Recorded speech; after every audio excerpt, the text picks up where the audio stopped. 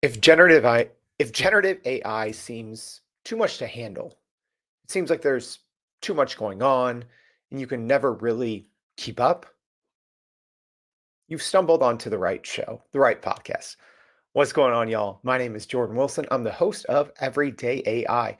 We're a daily live stream podcast and free daily newsletter helping everyday people like you, like me, learn and leverage generative AI and how we can use it to grow our companies and to grow our careers. So today's is a little bit of a special episode.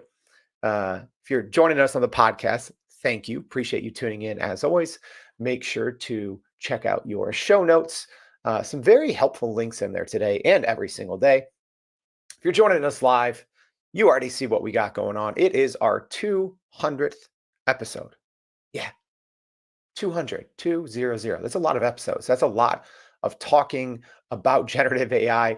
We've had guests from all over the place over the course of 200 episodes from your large companies like Microsoft and IBM and Nvidia and AWS to everyday people, to small business owners, to entrepreneurs, solopreneurs.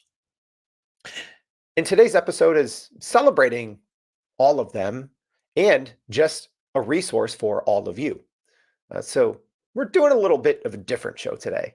So we're going to be going over 200 facts, stats, and hot takes about generative AI to celebrate our 200th show. All right, so as always, make sure to go to youreverydayai.com, sign up for the free daily newsletter. We're not going to be going into all 200 of these pieces in depth in the newsletter.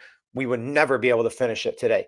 But make sure to go there because I'm going to give you my 5 biggest takeaways from these 200 different facts, pieces of news, hot takes, etc. And hey, if you're joining us live, like Nancy, like Dr. Harvey Castro, Tara, thank you for joining us, Mauricio, everyone. Let me know as we go along. I do want to hear from you. As we talk about all of these different things, what are some of the most impactful that either have impacted your career the most, your company the most, or you know what? We even have some brand new pieces of news in here. Said we weren't going to start this with the AI news like we normally do. We're just going to sprinkle some news in there. So this is, y'all, this is going to be a fast hitting show. We're going to start right about now, and it's going to be fast moving. All right. So if you are listening on the podcast and you want to know a little bit more about all these, again, make sure to go to youreverydayai.com and sign up for the free daily newsletter. All right. Here we go, y'all. We're going to get into our facts, stats, pieces of news, hot takes, 200 of them. And let me know in the comments, if you're joining us live, which one is impacting you the most. All right, here we go. All right, number 1, AI is going to take away many more jobs than it will create. Sorry, not sorry. I'm the only one talking about this. We will lose jobs ultimately because of AI. Hey, we're going to start it off with stone cold hard facts. Number 2, ChatGPT prompts don't work compared to actually using them the right way. That's not how you use a large language model. Number 3, GPT-4 is about 3 times smarter than the average human. Yeah, people don't understand just how capable today's large language models are. 4, AI is not new at all. It's been used in the business world for decades. 5, GenAI can perform almost any knowledge task better than humans if you know what you're doing. Yeah, big emphasis on if you know what you're doing. 6, this is a big one. I've referenced this a couple times on the show before, and I'm going to spend a couple extra seconds on it. So a McKinsey study showed that Gen AI may automate up to 70% of what employees spend their time on today. Think of that. If you're a business owner, if you're just starting off in your career, whatever it may be, think generative AI may automate up to 70% of what employees spend their time on today. Yeah, if that doesn't catch your eye, catch your ear on today's episode, I don't know what will. Let's keep it going. 7, 65% of generative AI users are millennials or Gen Z. 8, piece of news here. Google is getting rid of Bard. Don't worry, but they're just calling it now Gemini. So it may be updated this week with Gemini Advanced, voice chat, and the first debut of Ultra. So when they first rolled out, back then, Google Bard using Gemini Pro. So we may see Ultra this week, but you're not going to see Bard anymore. So they're getting rid of the Bard moniker and just going with Ultra. A little confusing, but hey, Google's trying to get their AI game together. All right, number 9. The North American Gen AI market holds a 41% revenue share compared to the rest of the world. 10. Some of the biggest players in Gen AI are Microsoft, OpenAI, Google, Anthropic, Midjourney, Runway, Hugging Face, Lightricks, Glean, Stability AI, Descript, Inflection AI, Cohere, Adobe, IBM, and Amazon. Yeah, so if you hadn't heard of the big names, there they are. 11. ChatGPT has more than 180 million users. Oh, got that one in there double. Hey, this wouldn't be complete if there wasn't one or two errors. That's how you know it's done by humans. All right, 13. Microsoft 365 Copilot was the first major product that brought Gen AI to the desktop. All right, 15. After only 8 months of use, 70% of Copilot users said they were more productive. 16. 68% of Copilot users said it improved the quality of their work. Yeah, if you missed this, Microsoft 365 Copilot was the first big splash of bringing generative AI to the desktop. 80% of customer service positions will be using Gen AI technology this year. All right. 18, countless workers are using Gen AI systems on a different computer when their work blocks access. We're calling that second computer AI. Yeah. If you're a business owner out there, a director, and if you're remote, work at home, your employees are using AI on a different device, even if your company has barred it for some reason. Bard, like Google. 19, micro learning and personalized learning with AI is already reshaping learning and development in education spaces. 20, AI-enabled robots have already been appearing in US workplaces. Yeah, they're here. 21, large language models are technically just really advanced autocomplete, but very powerful if you are skilled at prompting them. Y'all, we always say when you start a new chat, as an example inside ChatGPT, that chat knows both nothing and everything. And the output depends on you and your skills and the time you put into it. 22, early Gen AI movers will likely gain market share and even acquire competitors. Talked about this in our very first episode of Everyday AI. You're going to see companies that have already been on the Gen AI train for a while leapfrog their bigger competitors and probably acquire them, whether it's this year or next. All right, 23, OpenAI launched the GPT store in 2024, if you missed that one. And in the first month, ChatGPT users had already created more than 3 million GPTs. 25, many GPTs are easy to hack. Yeah, they shouldn't have released the GPT store as easily as they did, and easy to copy because you can simply ask for instructions. And if the GPT, whoever built it, did not properly protect it, you can just take all of their configuration instructions and more. 26, many young Gen AI startups have already shut down. Yeah, already. 27, well, keep it going here. Many medium and large Gen AI startups will continue to die as big tech AI releases new features. Had a dedicated episode on this one back in November on why so many AI startups are going to die and continue to die. There's no moat. So, hey, if you're building a startup right now and you're using AI, or if it is an AI first startup, you got to be careful. You have to be able to answer the question, what happens if Google releases this in Ultra or in Gemini? Sorry. What happens if OpenAI releases this in ChatGPT? You need to be smart in building your startup. All right, 28. The 6 largest US companies are all heavily investing billions of dollars in resources into AI.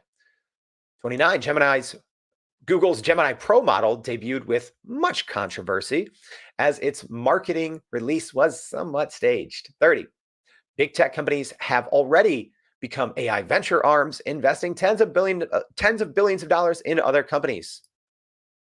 31, the majority of companies are excited about AI, but are not training their employees.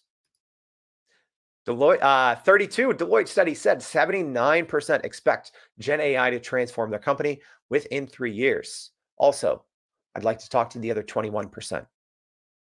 Just wondering how Gen AI cannot change someone's company radically. Just means 21% of companies probably don't fully understand what generative AI is or how large language models work. All right. 33, an EY study said 73% are concerned about their organization not offering sufficient training. Another stat in there, 83% of companies claim that using AI in their business strategies is a top priority. All right, skipping now to 35, 65% of businesses say they use ChatGPT. All right, maybe some just aren't admitting. All right, 36, nearly 4% of companies, or sorry, only 4% of companies have implemented AI throughout their organization. Think about that. Only 4%.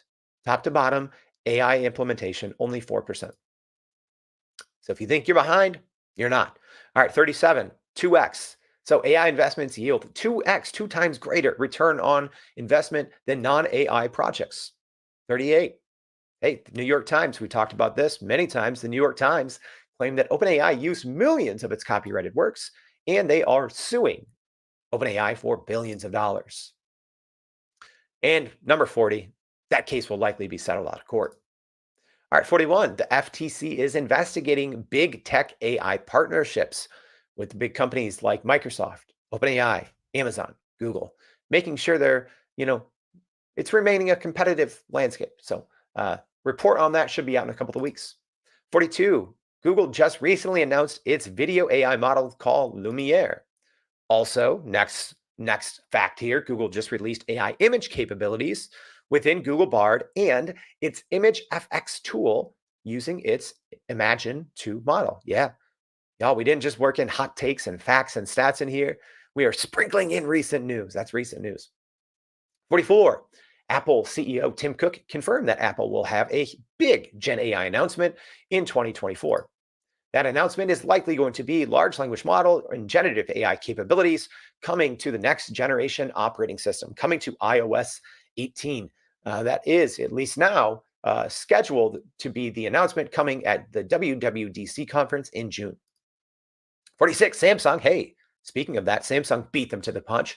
Samsung was the first major player with an Edge AI device in the Samsung S24. So talked about Edge AI also pretty in depth. That's on-device AI.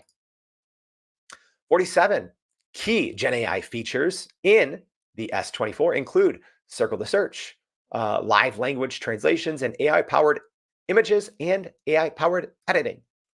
48, ChatGPT mentions were just released to all paid users, and those mentions allow you to work with multiple GPTs in the same chat.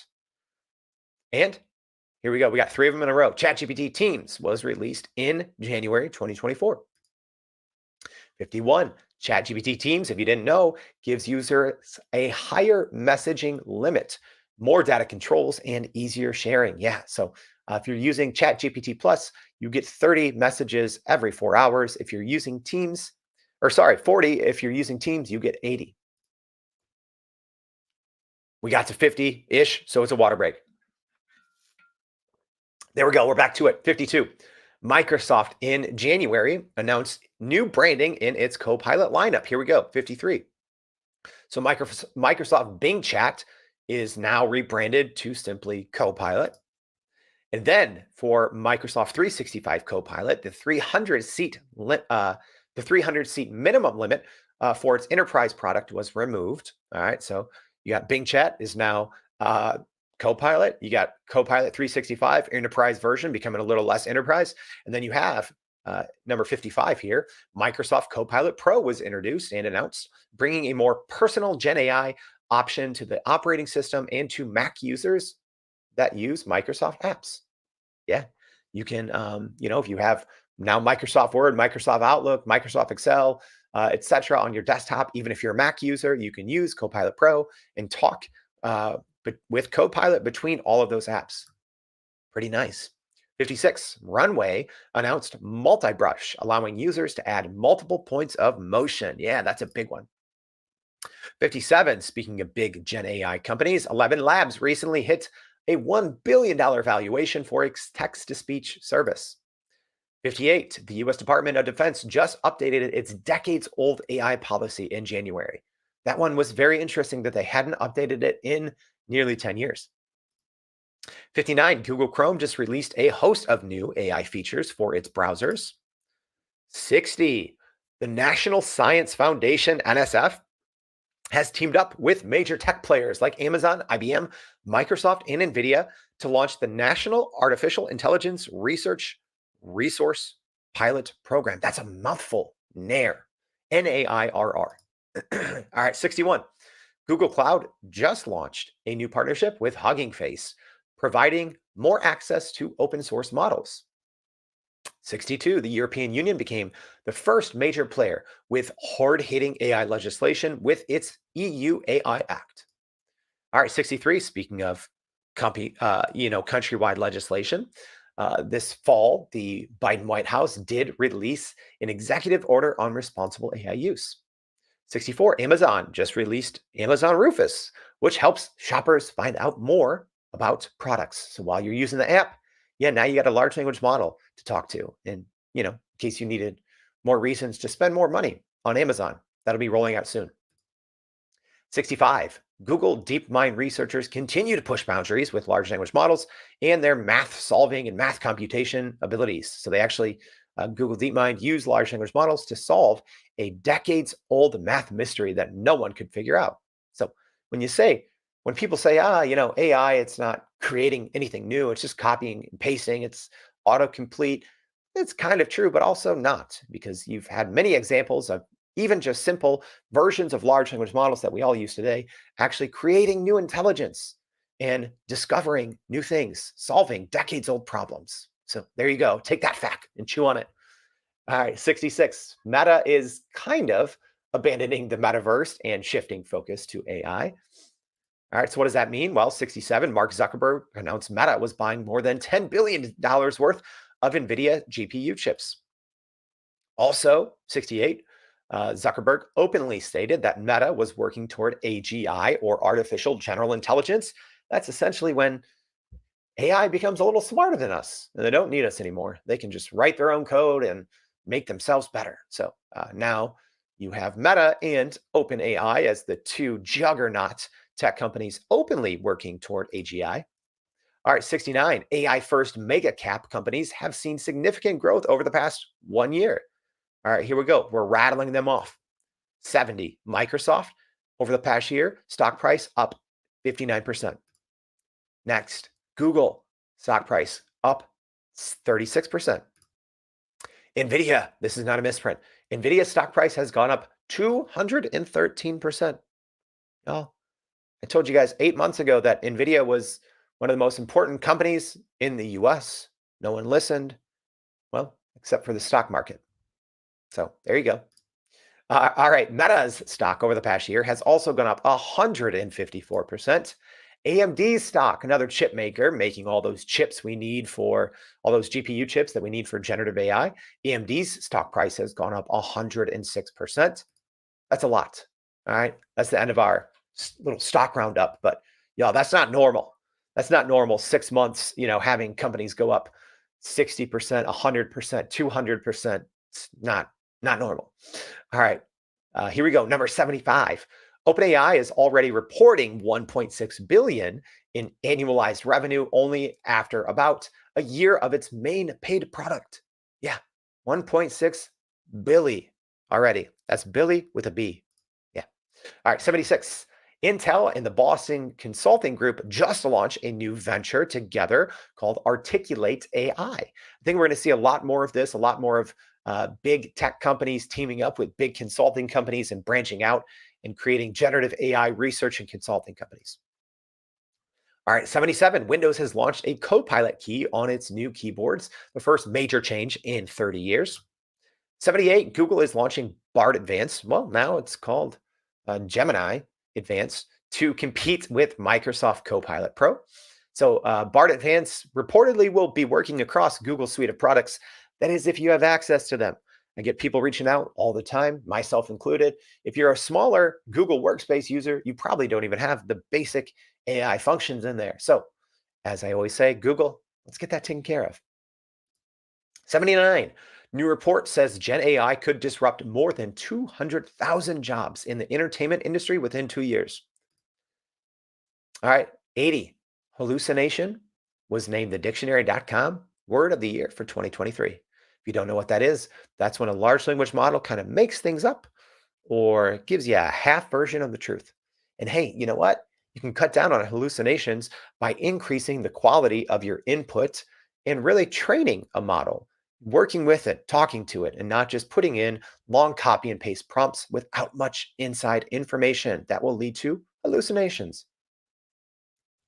All right, 81, Microsoft formed an alliance with the AFL-CIO in an attempt to create a dialogue on how AI will impact the workforce. 82, the White House AI Council, formed under President Biden's executive order, held its inaugural meeting to shape the future of AI and governance. That was pretty recently. 83, hey, we're going worldwide here. Pope Francis, in a significant statement, called for a binding global treaty to regulate artificial intelligence. We haven't gotten there yet, but we have seen a lot of multi country, multinational agreements on best practices for AI, and then obviously the groundbreaking EU AI Act. 84, OpenAI is actively developing tools to control and regulate AI systems that surpass human intelligence with their super alignment team. Yeah. If you heard about all that AGI talk and you're like, that's concerning, well, at least they have a team that's looking into it and trying to regulate it. So don't worry when that AGI finally does happen, which we see reports now all the time. It's, oh, this is the first sign of AGI. Another big paper like that last week. So we don't actually know when AGI happens, but don't worry, there's a team at OpenAI keeping their eye out for us. 85. For the first time, a US government report has just identified artificial intelligence as a potential risk to the nation's financial stability. Interesting. Huh. I'm pretty sure that's one of the things I talked about on the very first episode of Everyday AI 199 episodes ago about how generative AI would actually be disruptive to the economy. It's almost like it took everyone else many months to catch up and understand. All right, 86. Runway has partnered with Getty Images to offer a legally secure text to video engine. And this collaboration addresses the growing need for AI tools that protect against copyright infringement. 87, Meta Platforms and IBM have launched a coalition with over 50 AI companies and research institutions called the AI Alliance. Yeah, this one's pretty big news. The two big partners in there are Meta and IBM, but as well as a lot of other big tech companies, as well as research institutions across the world. So keep an eye out. I haven't seen any big news or announcements, but this was just a month or two ago. So keep an eye out for this AI Alliance from Meta and IBM. All right. 88. Meta has launched Imagine with Meta, a standalone AI powered web tool that lets users create images from text descriptions. Yo, we cover generative AI literally every single day here at Everyday AI. And this was from a couple weeks ago, and I already forgot it. This is how many new products and how much new information is coming out in this space. 89, McDonald's is teaming up with Google to deploy generative AI in its operations starting in 2024. We've actually seen a lot of fast food restaurant companies bring large language models to their drive through, a little smarter conversational AI, which works much better than those, kind of AI robots that they were testing for, drive throughs years ago. 90, Meta has introduced Purple Llama, a project linked to its Llama AI tool focusing on safety tools and evaluations for responsible AI development. So it's kind of combining your blue teaming and your red teaming. That's where you get Llama Purple. All right, 91. 18 countries, including the US and Britain, have released a non binding agreement to prioritize safety in the development of artificial intelligence. 92, Pika Labs. Yeah, they're going to make a splash. They launched Pika 1.0 with a $55 million fundraising round to compete with Runway and others. So more on that here later. Speaking of big products coming, Amazon launched its Q chatbot, helping AWS customers save time with generative AI and conversational AI. So bringing all of your data from AWS into a conversational large language model. All right, 94. Amazon also recently launched its AI image generator called Titan. Yeah, so many AI image generators, it's hard to keep up. All right, speaking of new products, 95. NVIDIA recently unveiled the H200, its latest high-end chip designed for training AI models. Yeah, obviously big things coming out of NVIDIA will actually be there Oh, yeah, that's next month already. We'll be there at their GTC 24 conference. So if you're going to be at the NVIDIA conference in March in San Jose, reach out, let me know. We'll be there broadcasting, maybe broadcasting live, probably broadcasting live, but also just broadcasting out there in general. All right, 96. US President Joe Biden and China President Xi are expected to sign a deal to limit AI use in nuclear weapon systems. Yeah, that's probably a good thing, right? There's certain areas where we should always have a human, such as nuclear weapon systems. 97. Google has unveiled the AI Opportunity Agenda, a comprehensive plan for policymakers, companies, and civil societies worldwide to responsibly embrace and utilize AI. All right, 98. XAI launched its first AI chatbot called Grok inside of Twitter, now called X, and we're not sure if anyone actually uses it. Yeah, sorry, I had to get that one in there. So many people were talking about when, Twitter or X, whatever you want to call it, released its large language model that ChatGPT was going to go out of business. And at the time I said, absolutely no one is going to use this. Just because the quality of the data from Twitter is obviously not very good, right? Not very good. All right, 99. A major rum and spirits producer called Dictator did announce its new AI robot CEO named Mika, and it's more marketing than reality. We've talked about this on the show, but they were kind of one of the first major companies to announce that they were putting an AI in charge. We'll have to check up. There hasn't been a lot of news out of Dictator and Mika. Hopefully, they're still in business. All right, here we go. Halfway point 100. OpenAI released GPT-4 Turbo and started rolling it out in partner products the past few months. Oof. All right. We made it to our halfway point. What do you guys think? As I tap in for a water break.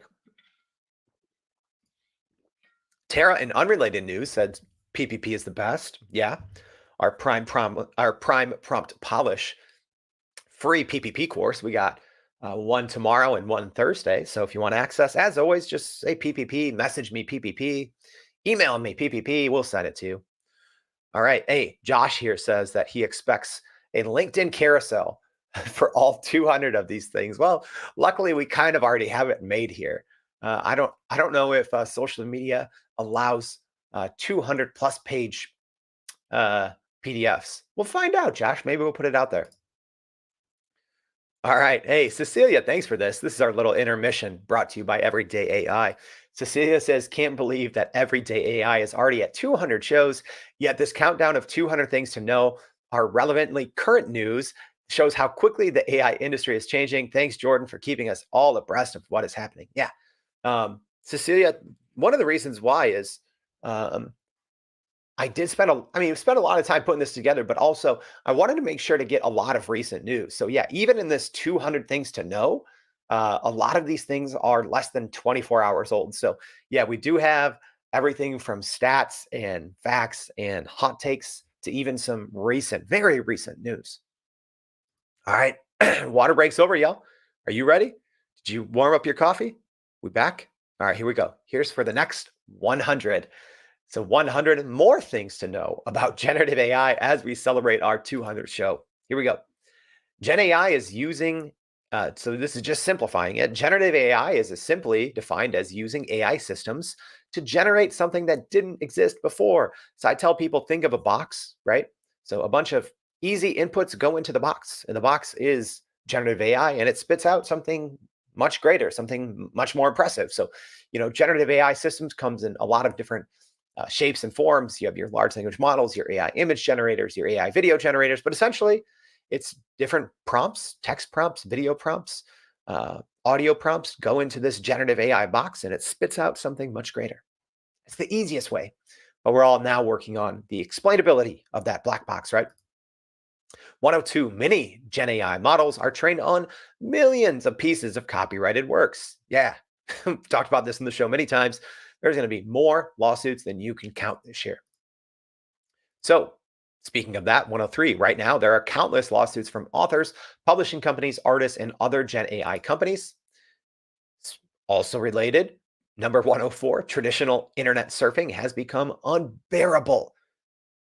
in 2024. Did an entire episode on the impact of AI and SEO and all of us browsing the web. It's terrible now. So 105, many publishing companies are signing $1 million to $5 million annual agreements with OpenAI to use their content. 106, here's a little hot take.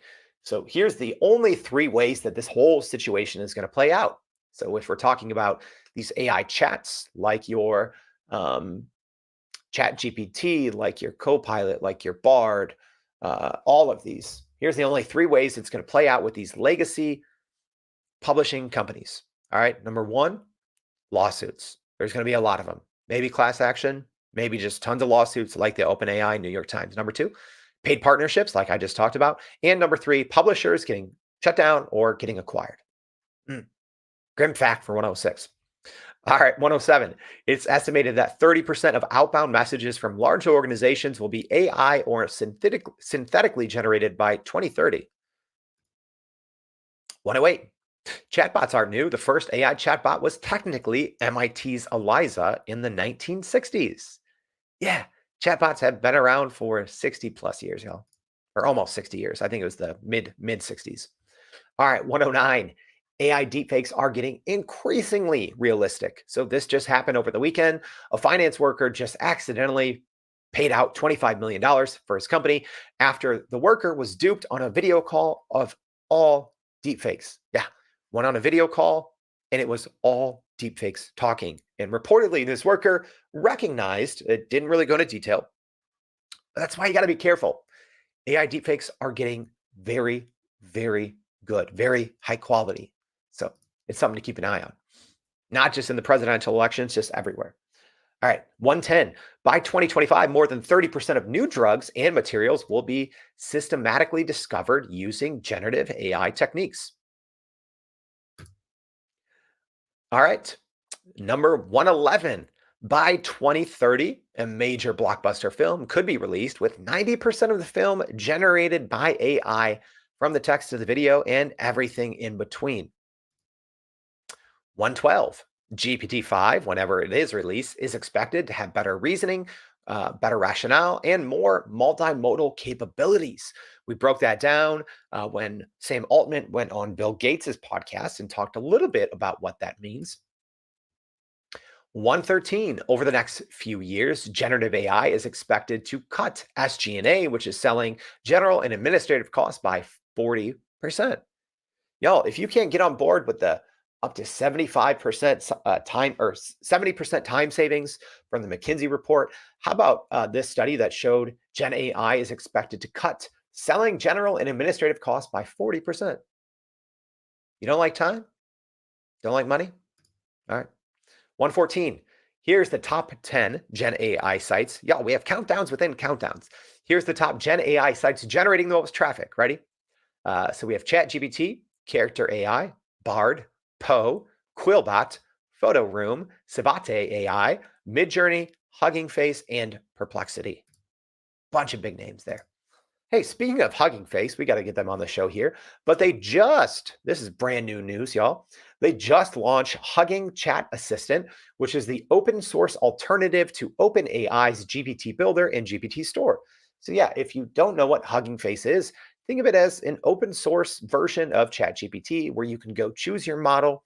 You know, there's all of these different open source models for different purposes. Some are large models, some are small models that are maybe made for one specific purpose. But Hugging Chat Assistants just launched on the Hugging Face ecosystem there, so go check that out. 116, more than 2 of 3 say generative AI will help them better serve their customers. Got some stats now, y'all. 117, Gen AI powered chatbots are resolving customer issues with a 95% satisfaction rate.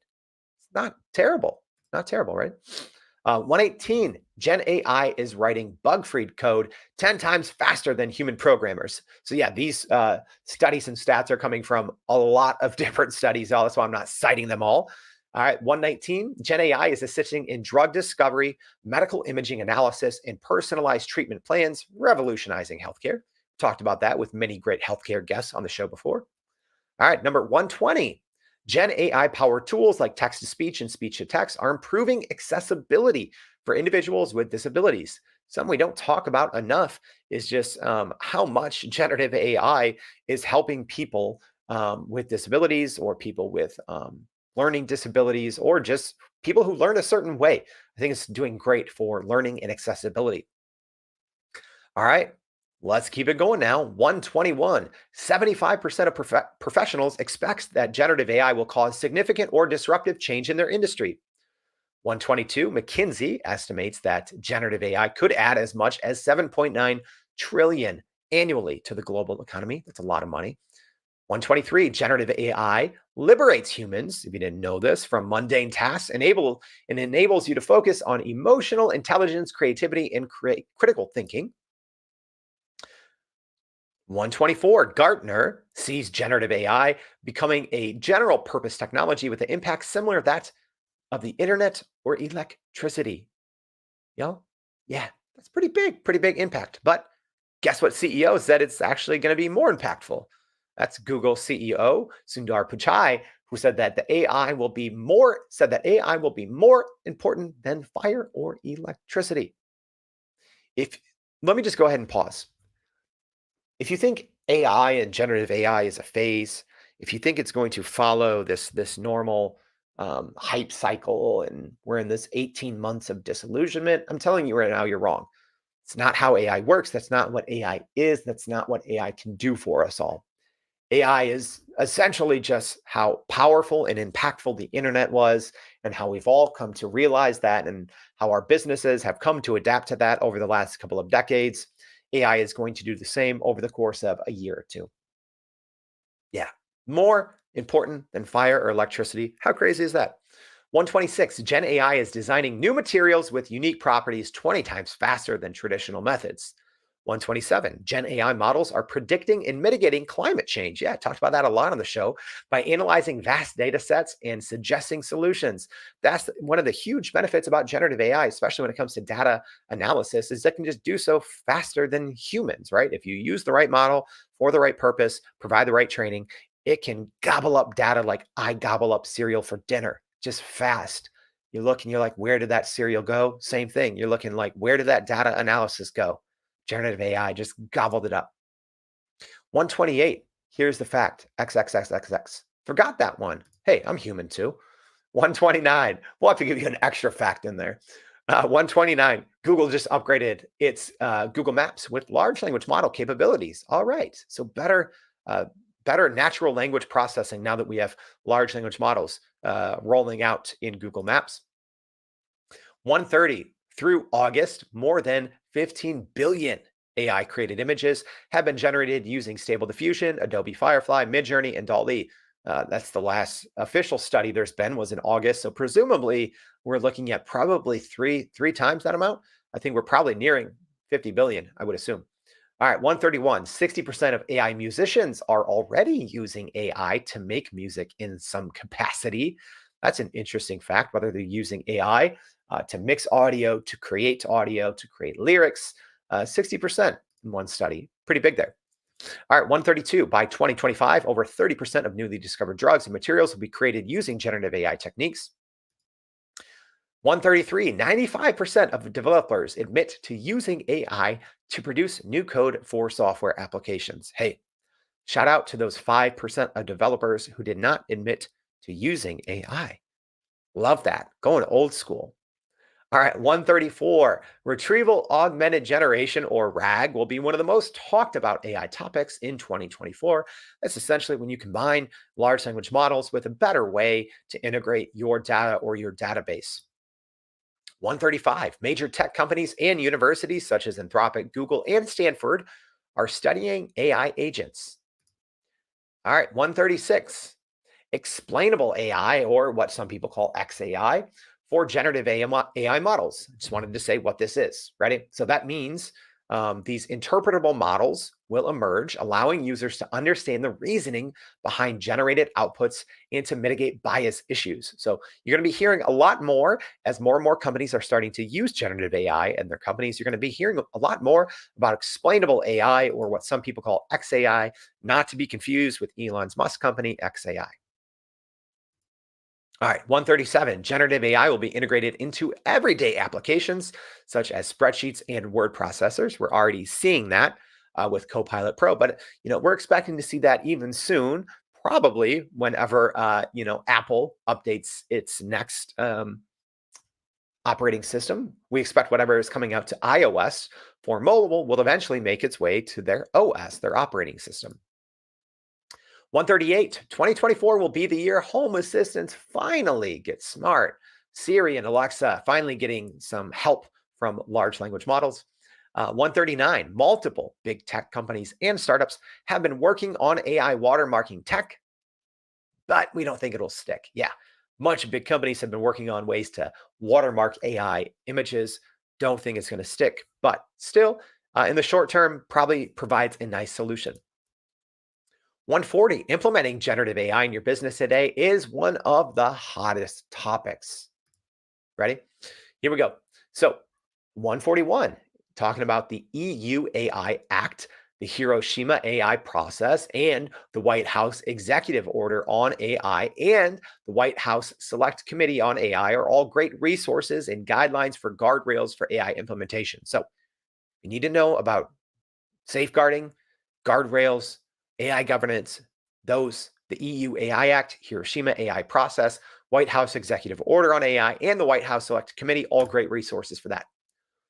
142, companies don't need, a little bit of a hot take here, companies don't need their own large language models in most cases, not all, in most cases, and they should instead focus on measurable wins in areas with a quantifiable impact.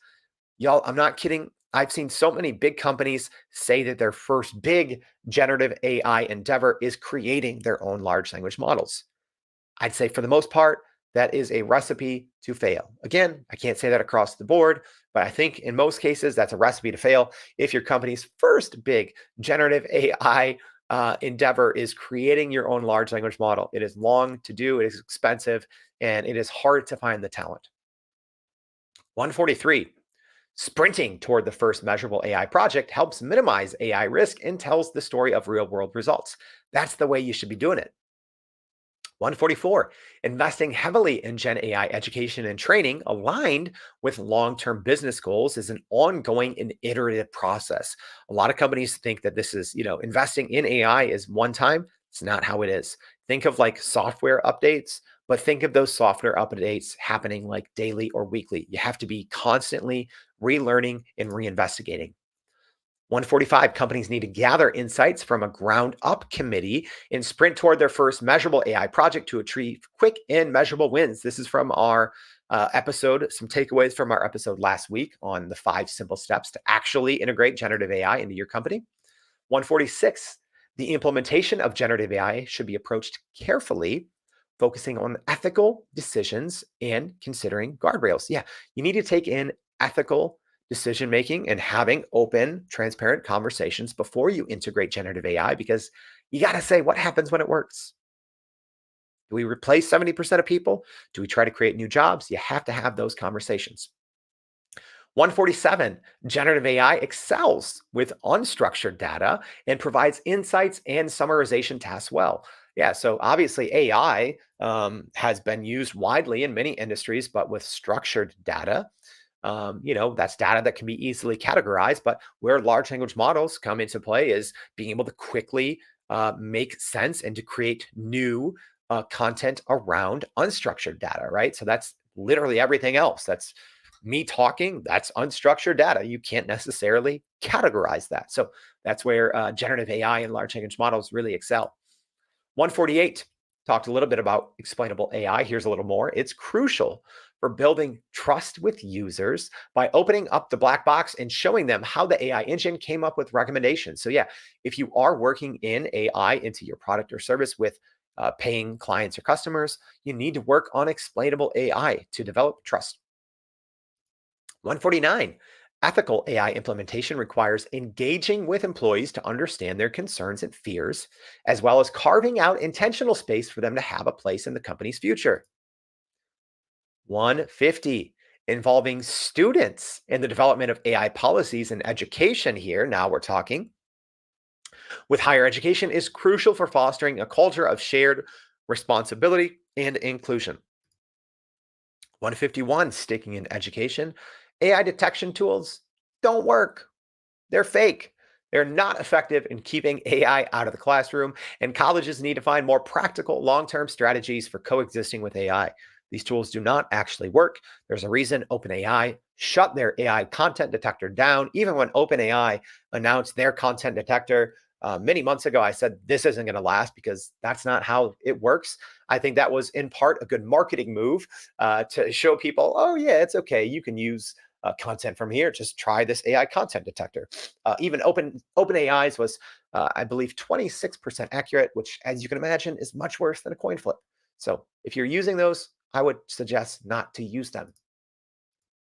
153, using AI-driven solutions like ChatGPT's data analysis mode can reveal powerful marketing insights. Y'all, when you are using ChatGPT, make a call and say using advanced data analysis, upload your spreadsheet, make sure there's no private information in there, nothing sensitive.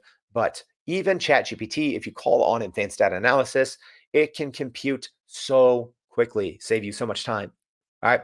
154, Neuralink has reportedly successfully implemented a telepathy chip in a human brain, which enables control of technology using neural signals. Yes, this happened about 2 weeks ago. Chip on someone's brain and being able to communicate with the device by the brain chip. Science fiction, no more.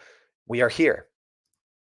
155, the ground up approach when we're talking about AI implementation, that's the way you need to do it.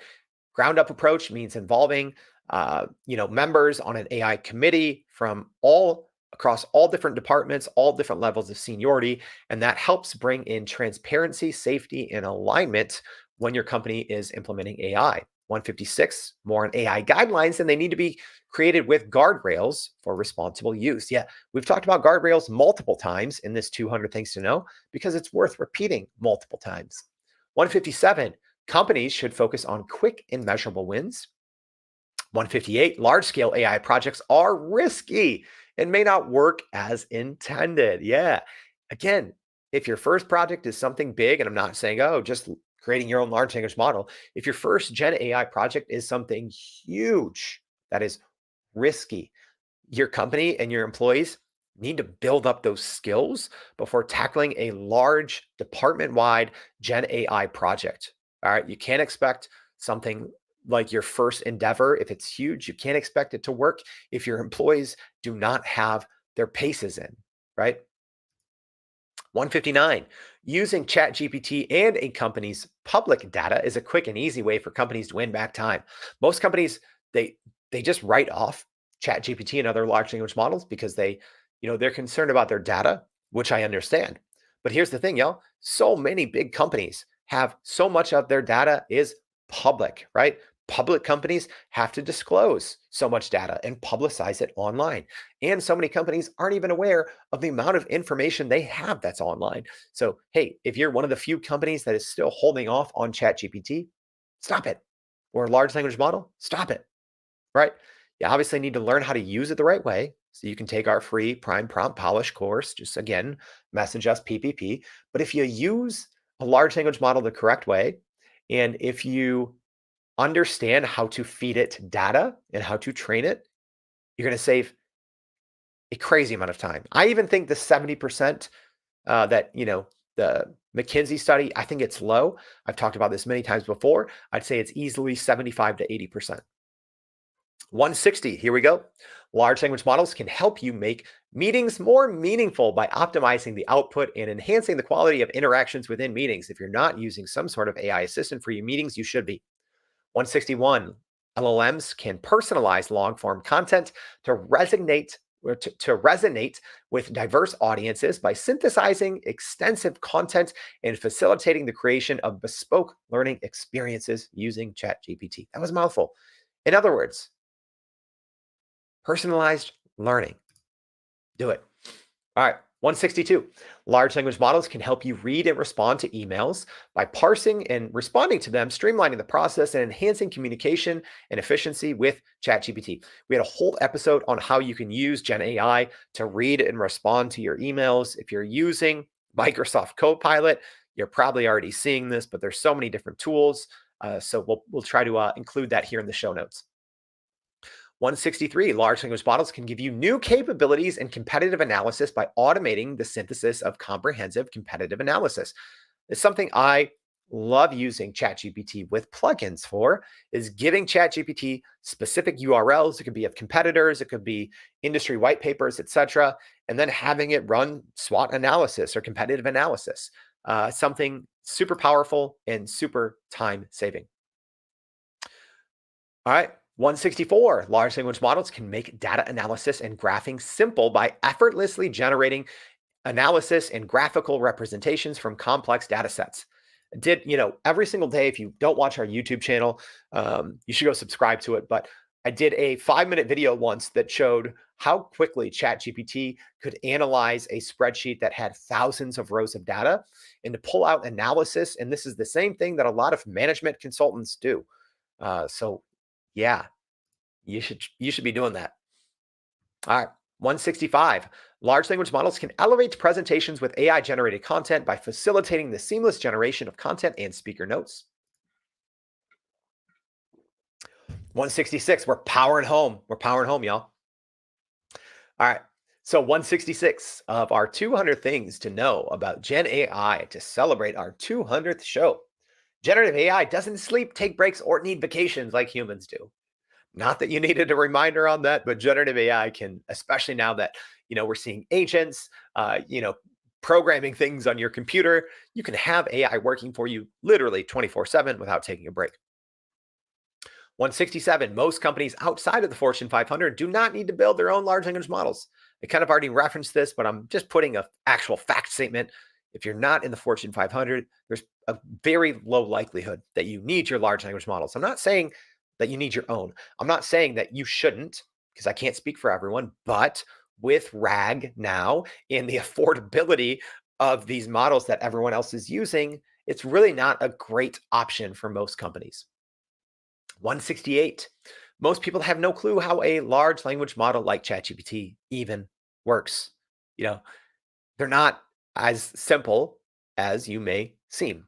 I could talk for literally 3 hours about how large language models work, the process of increasing your inputs, the different modes, how the different modes work, memory, tokenization across different modes. It's not as simple as just, oh, here's a big prompt I found on the internet. Let me put something in. If you do that, your results are going to be meh, not very good. Large language models are actually very complex, even though they seem very simple in a simple interface.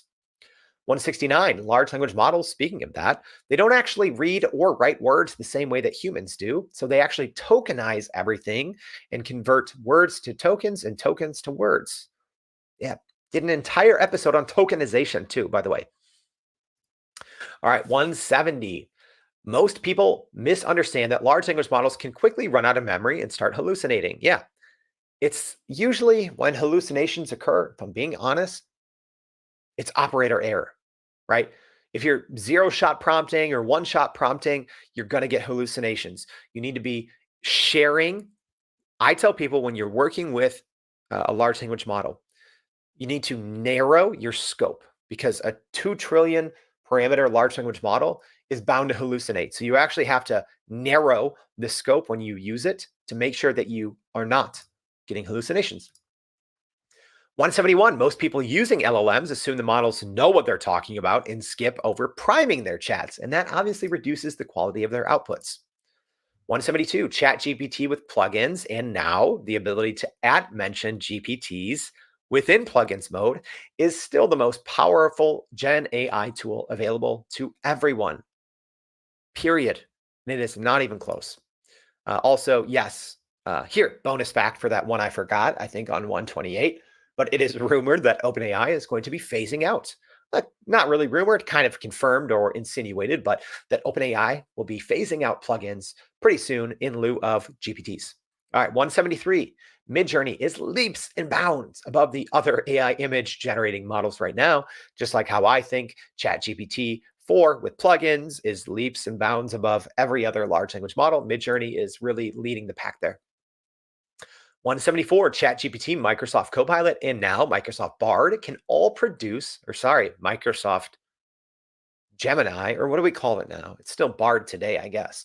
But they can all produce AI images in the chat pane. So, yes, when Bard announced that late last week, I think within an hour of the announcement, we already had a tutorial video up. So, if you want to go check that out and how you can create images now within Bard, Copilot, and ChatGPT.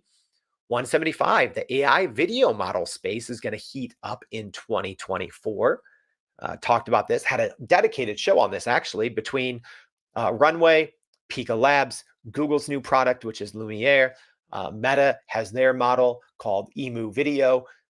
Y'all, I don't think people understand how good these models are getting and how quickly and how hard it is to tell, or how hard it will be to tell the difference from real to fake, especially when you can upload a photo into these video models. All right, we got our top 25. Here we go. Let me know. Hey, if you're still with me, let me know. I always like to hear who sticks around. Maybe you're working and I'm just distracting you in the background. All right. Here we go. 176. Runway has been the leader in the AI video space, and Pika 1.0 is trying to catch up with them, and I mentioned the other two as well, with Google and Meta both announcing AI video models, so the space is going to be pretty competitive. 178. We will see full short AI-generated ads being commonplace in online ads and even probably debuting in commercials by the end of this year. That's right. I'm calling it out. You are going to be seeing AI video in full-length commercials, and you may not even be able to tell the difference. 179. We feel that Gemini Ultra may steal some of the thunder when it's released here shortly.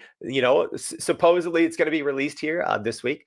But we do think that GPT-5 will be so far ahead, right? Because even Gemini's middle model, their Pro, was testing under GPT-4, which is, 18 months old. So we do feel that Gemini Ultra, once it is fully released in the wild and benchmarked, it is going to be very impressive. But whenever GPT-5 technology comes out, it will, I'm not going to say it'll make Gemini Ultra useless, but it will be much more powerful, presumably. At least that's our take. All right, 180. Wall Street hates employees and will continue to reward enterprise companies who cut jobs and invest into AI. 181. Prompt engineer was a hot job of 2023, and we see these jobs as being hot jobs in 2024. The head of AI or chief AI officer. So we see those roles being much more commonplace and being really, I'm not going to say popular, but I'm going to say needed, right? Because prompt engineering, whatever you feel about the term, everyone is going to be doing some sort of prompt engineering in their role. But I think it's very important for larger companies. If you have a C-suite, if you have 50 or more employees, you should have someone in charge of AI. It's not everyone's job. It is everyone's job, but you need someone overseeing it all. You can't just throw this on your IT team or your CTO. You need someone who is just in charge of AI. 182, U.S. schools and universities are doing an incredibly bad job at readying students for the new AI-first workforce. Here, I will say this. I'm talking the middle 80%, right? Because there's the 10% that are ahead and crushing it and doing the right and responsible thing by changing their curriculum on a dime. Then there's the 10% who literally are still banning it. I'm talking literally everyone else in the middle. All these schools, all these universities are doing a poor job. Because number 183, the workforce will not be able to find enough qualified workers trained on AI. So they'll hire underqualified applicants because of FOMO, right?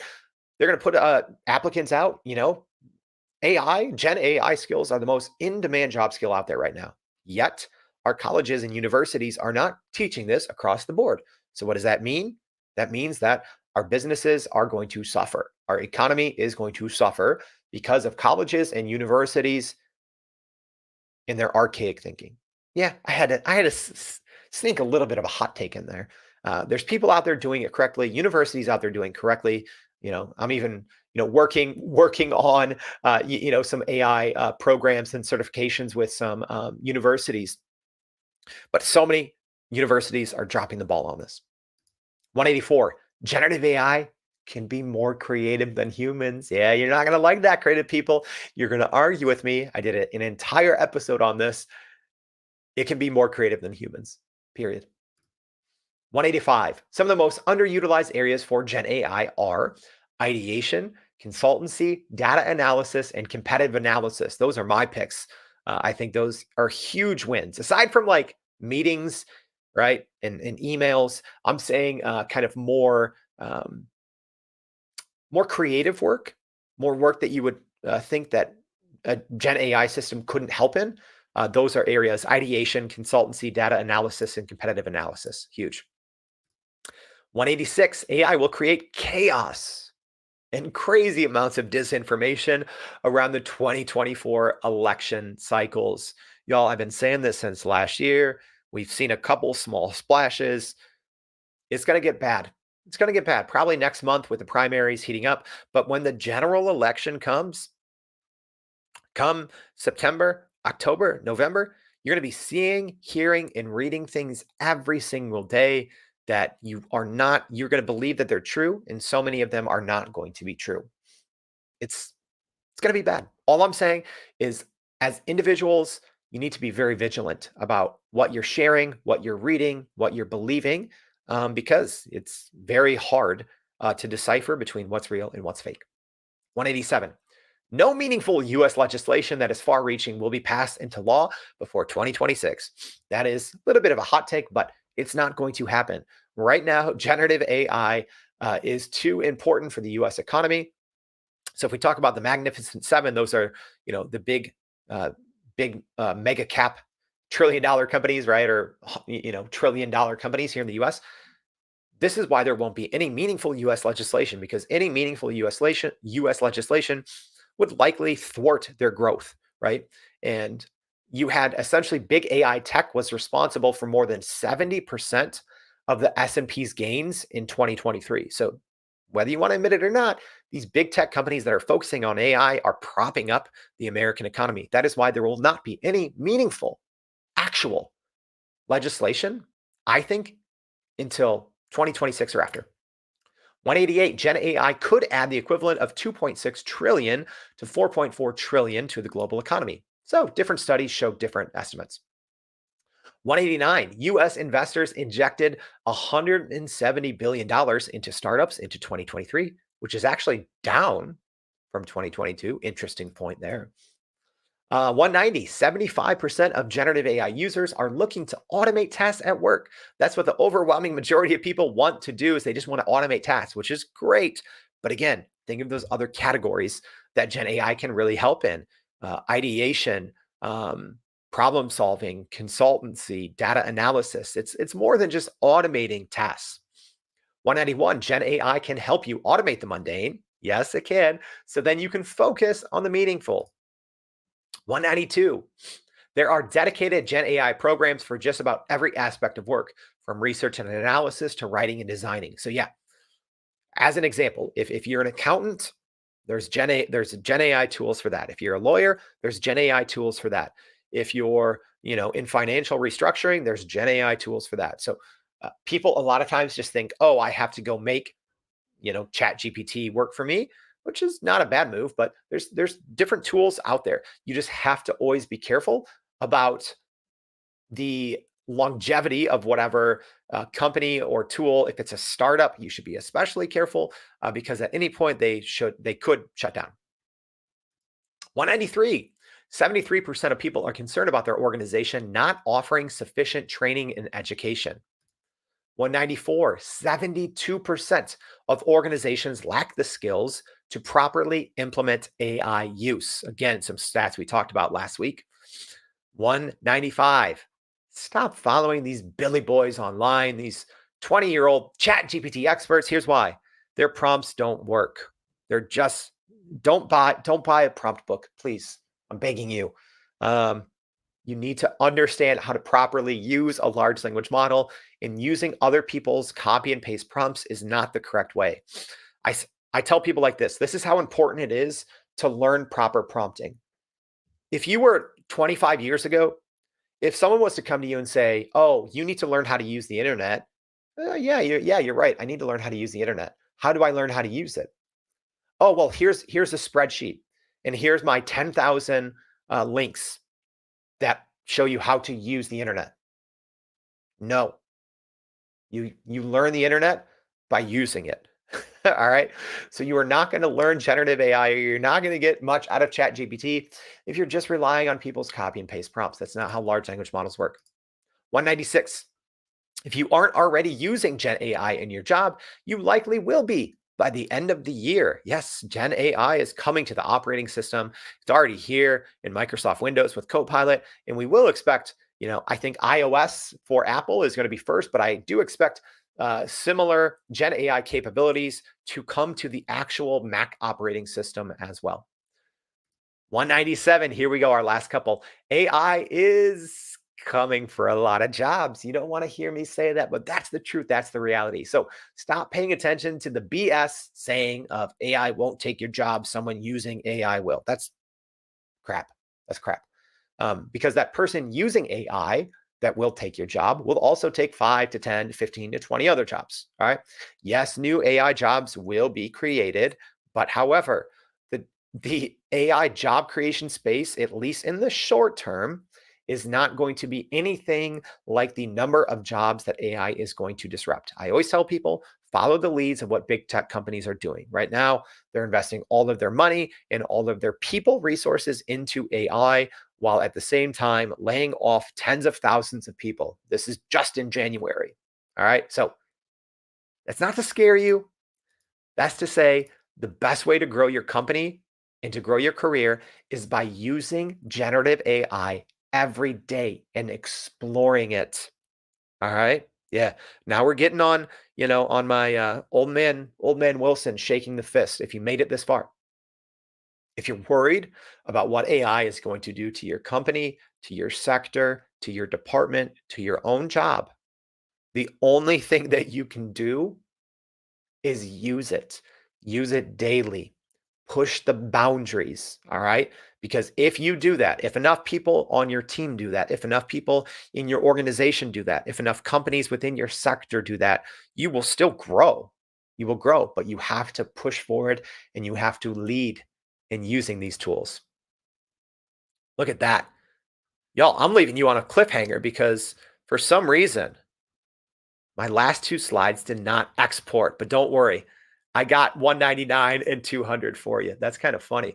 All right, so 199. Apparently, the maximum slides you can upload is 200, and I had a title slide. All right, so 199. The best way to do that, the best way to keep up with generative AI is right here. Tune into our podcast every single day. Turn into our live stream and ask questions. Read our newsletter every single day, right? I tell people every day AI, it's like a free generative AI university. I just got a nice message from someone this morning that said, hey, like what the content that you put out has helped me grow or is helping me launch my startup. And thank you for all those messages, by the way, people that reach out. But that's the best way to do this. Every single day, tune in. We bring you experts, you ask questions, you learn, you grow your company, grow your career. All right. And then number 200, you know what? Let's see if I can do this here. I do have it up on, there we go. See, I had a backup, kind of. All right. So there we go. There we go. All right. So number 199 was the best way to do that is tuning into our podcast, live stream, and newsletter. I know some people, it's like if you see the slides up through 198 and I don't show you the last two slides, you're going to be like, oh no. All right. And last but not least, number 200. Together, we'll all outsmart the future with everyday AI. That's what we're all about here. We're about helping you grow your company and grow your career with generative AI and doing it all together. That was it, y'all. I know this was a super long episode, but there you go. 200 facts, stats, news pieces, and hot takes about the state of generative AI today to celebrate our 200th show. Thank y'all so much, not just for tuning in to this very long show, but also thank you so much for your support. Thank you for your messages, your emails, your ideas, right? Like Y'all, we spend so much time listening to you all. Like tell us what you need. I literally started Everyday AI for all of you to help you understand. I don't think that AI skills and AI education should be marketing, right? It shouldn't just be for one big company, or it shouldn't be full of upsells and like all of these marketing schemes. I think Gen AI education is something we all need. I truly believe. Unfortunately, at least in the short run, Gen AI is going to be disruptive in a bad way. But I think that together we can all learn and grow together and rebound. All right. So if you haven't already, make sure to go to youreverydayai.com, sign up for that free daily newsletter. Y'all, thank you so much. 200 episodes. Can't wait for the next 200. Thank you so much. We'll see you back tomorrow for more Everyday AI. Thanks, y'all.